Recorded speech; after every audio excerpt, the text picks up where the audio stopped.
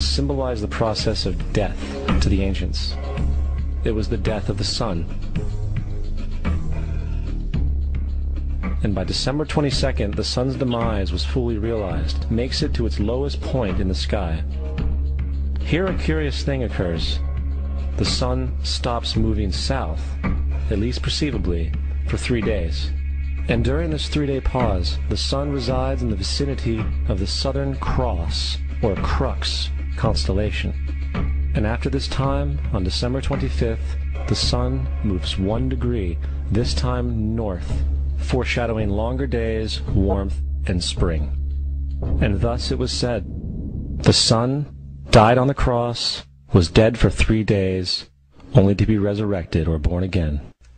This is a series of provable lies. You can download any astronomy program and find this out for yourself. You can go back to 0 AD, or any time really, and find that when the sun rises, it is nowhere near the Southern Cross. And the idea that the sun rises in the Southern Cross constellation at that time or any time is absolutely ridiculous. The Southern Cross is perpendicular to the Earth's rotation and orbit, so this will never happen. In addition, if the sun ever rose in the constellation of the Southern Cross, it would be a zodiac sign. That's how they came up with them.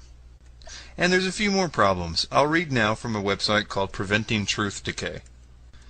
Dr. Noel Swerdlow is a professor of astronomy and astrophysics at the University of Chicago.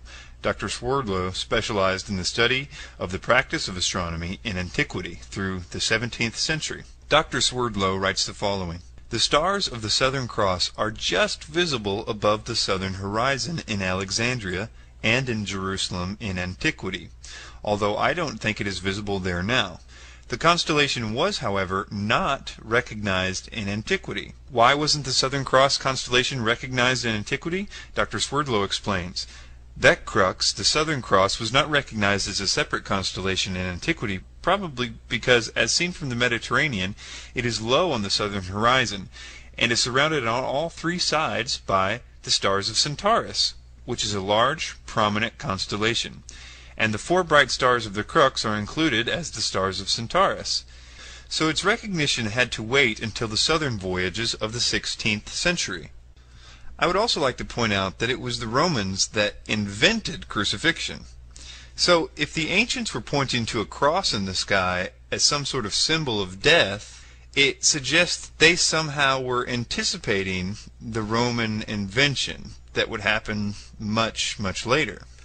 On the point of the sun staying almost fixed for 3 days, on the 22nd, 23rd, and 24th of December, I'll read from badastronomy.com. Although the sun does hang out to the south at winter solstice, it does not hang for just 3 days. You could pick 4 or more days and not notice much change.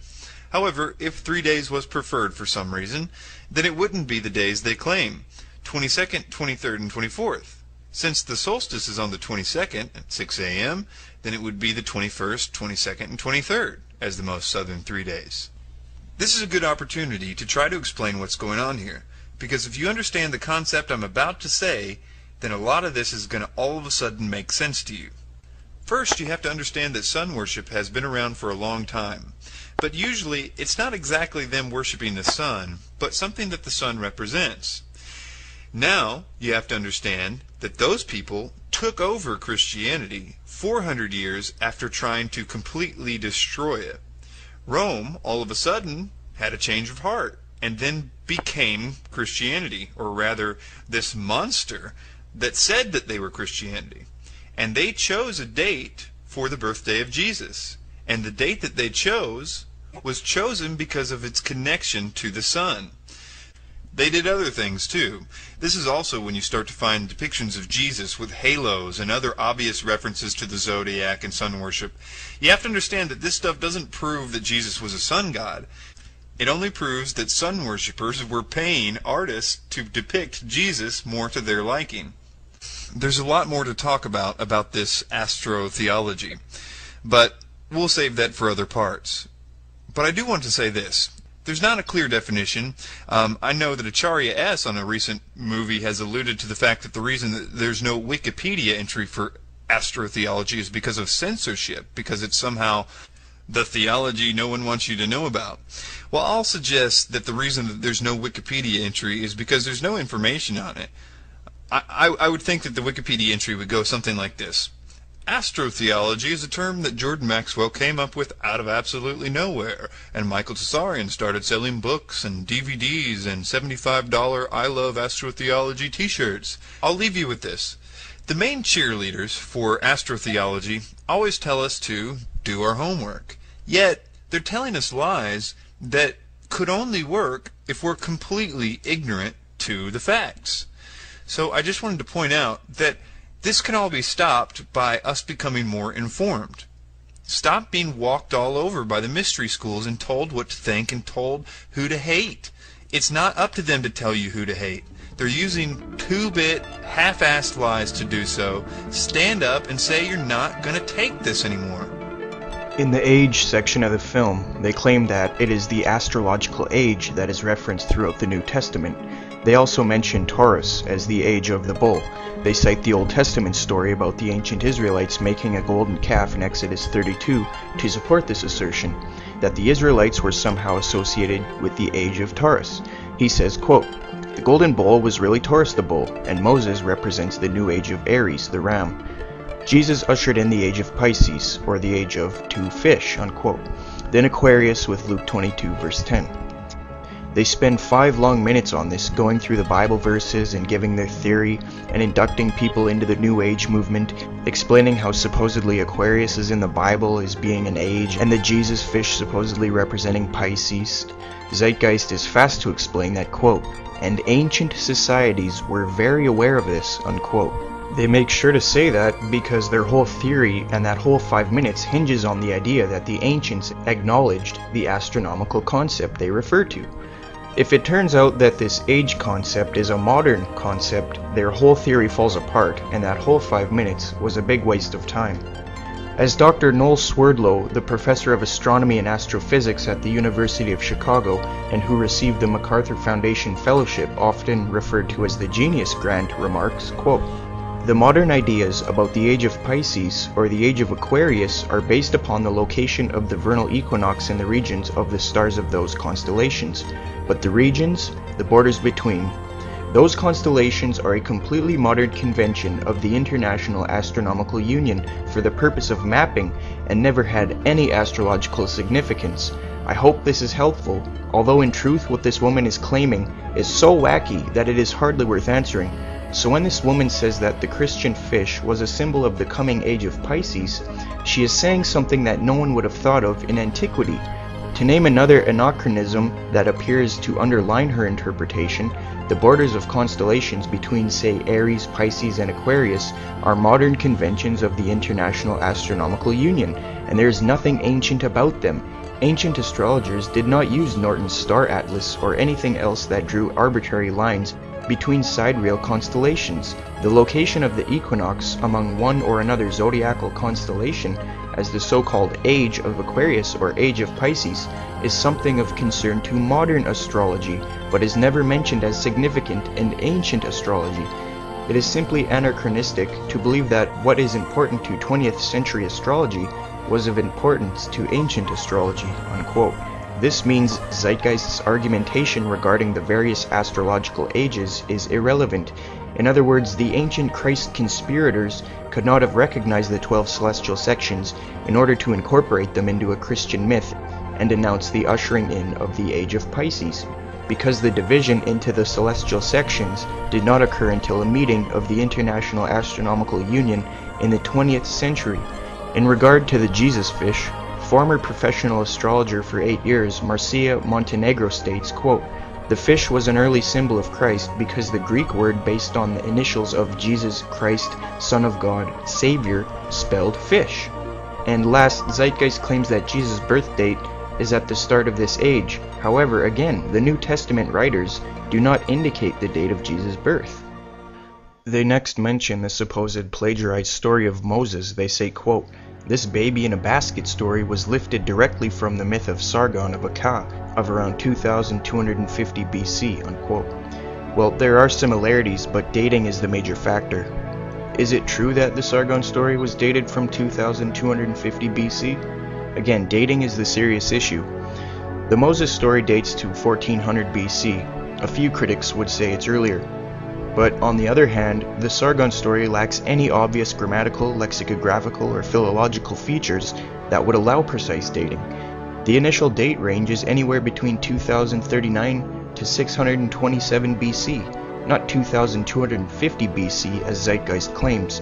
In favor of a late date, for example, are Neo-Assyrian orthographic forms. So in other words, the story of Sargon has a huge chance of being dated after 1400 BC, after the Moses story. Brian Lewis, author of the Sargon legend 1978, offers a suggestion that the story was written in the reign of Sargon II, a much later king, to legitimate his own rule. There are many similarities to the reign of Sargon II, which is dated later than Moses at around 721 to 705 BC. In any case, many conclude that there is no satisfactory reason to propose borrowing or fictionalization in either direction. The adoption of foundlings was a known and common practice in antiquity. Zeitgeist is being very disingenuous when they speak objectively concerning this. There is no precise date set to the Sargon story, and many even believe it's after Moses. Zeitgeist then goes to the numerous supposed lawgivers which they say Moses was based off of. They claim Manu, Minos, and Meses were lawgivers similar to Moses. These claims can be found on page 169 of Acharya S.'s The Christ Conspiracy, yet Acharya S. does not cite any primary sources, as usual. Her source is Deceptions and Myths of the Bible, 1991 by Lloyd Graham. But even the skeptic scholar Michael Lido concedes that this is not a credible source. Lido states, quote, "Graham's Deceptions and Myths of the Bible, I will concede, is a terrible source. Once I discovered how bad the source was, I had to edit the book prior to publishing," unquote. Regarding Meses, he states, quote, "I will not argue the Meses story," unquote. Since there are no primary texts offered to support this thesis, they have not made a case worth serious consideration. Manu is 1000 BC anyway. That's after Moses. Then they go on to the Ten Commandments and say they are taken outright from spell 125 of the Egyptian Book of the Dead. Then they list the similarities. Moses and the Ten Commandments dates approximately 1400 BC to not before 850 BC. Now, as far as spell 125, there are numerous authors and redactors over time. First written account is somewhere between 1550 to 950 BC. It is tenable that the Ten Commandments predate spell 125 or rival spell 125 in chronological history. The book has been altered hundreds if not thousands of times by various Egyptian clerics and royalty. This further exacerbates an effort to date the spell. However, perhaps it is more important to understand the differences between the two writings. The Ten Commandments represent a concise, positive imperative from God to man, and the life he should lead. Spell 125 represents a countless disarray of negative protestations by the already dead, a major difference. From a Christian worldview, it is not very surprising that many ancient cultures adhere to similar moral law code systems. The Apostle Paul writes in Romans 2 verse 14 to 15, "When Gentiles who do not possess the law do instinctively what the law requires, these, though not having the law, are a law to themselves. They show that what the law requires is written on their hearts, to which their own conscience bears witness." In other words, there is a universal moral law in the hearts of the Gentiles or non-Jews, implying that all humans deep down have a common concept of what is morally right and what is morally wrong. A good book is What We Can't Not Know, a Guide, 2003, written by J. Bud Suzuki. It focuses on the issue if you wish to gain a better understanding of this phenomenon. They then go to Justin Martyr, who was an early church father and a Christian apologist. He says, quote, "When we say that Jesus Christ was produced without sexual union, was crucified and died, and rose again, and ascended to heaven, we propound nothing new or different from what you believe regarding those whom you call the sons of Jupiter," unquote. Justin Martyr, First Apology. Here Justin is not admitting parallels, he is talking to the pagans, making it look as though there were parallels to avoid persecution from the Romans, since Rome did not object to paganism. As I have already demonstrated, the supposed parallels aren't even parallels, and Justin knew this. To prove Justin knew it wasn't true, listen to the following passage, quote, "But in no instance, not even in any of those so-called sons of Jupiter, did they imitate the being crucified, for it was not understood by them, all the things said of it having been put symbolically," unquote. There he admits there is no crucifixion. The historian must apply that to the quote Zeitgeist notes, where he is trying to avoid persecution from Romans by saying crucifixion was common. Then they bring up the following from Justin, quote, "And if we even affirm that he was born of a virgin, accept this in common with what you accept of Perseus." In regard to this quote, Dr. John Gresham Machen of Princeton